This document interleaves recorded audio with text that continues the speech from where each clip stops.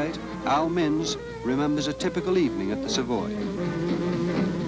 We dancers, we'd go there, say, about 9:30. The place would be empty as the devil. And the bands get on the bandstand, and they'd start warming up, and we'd start rehearsing our routines, because you knew the tourist crowd be coming in, movie stars and things like that.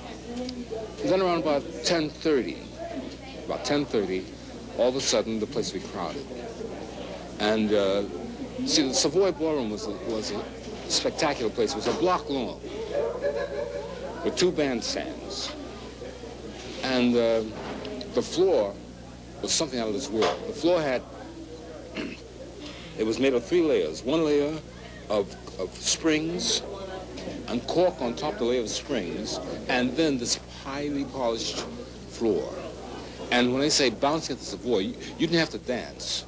All you had to do is people would stand in front of the bandstand, and the floor actually pushed you up and down from the rhythm of the people patting their feet. I did a show with Johnny Carson, and he said he was amazed at how jazz dancing had somehow or other been obliterated from the American scene.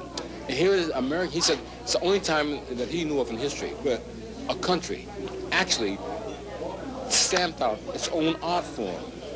Because jazz is American. I mean, originally, let's face it.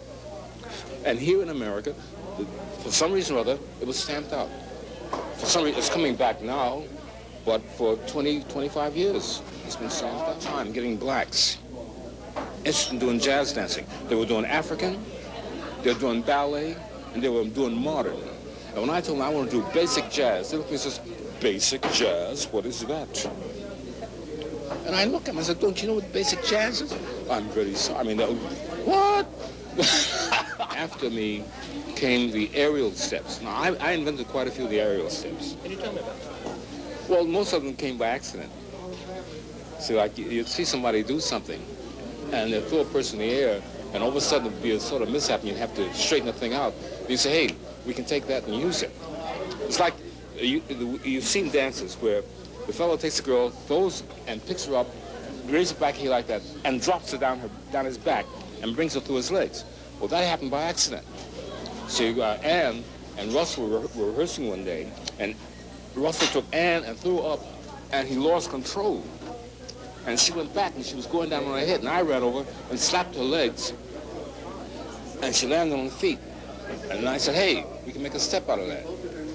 When you go over like that, slide down his back, grab him around his waist, come down, and he'll pull you through his legs.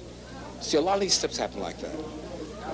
I mean, you have an accident and turn it into a step. That's all.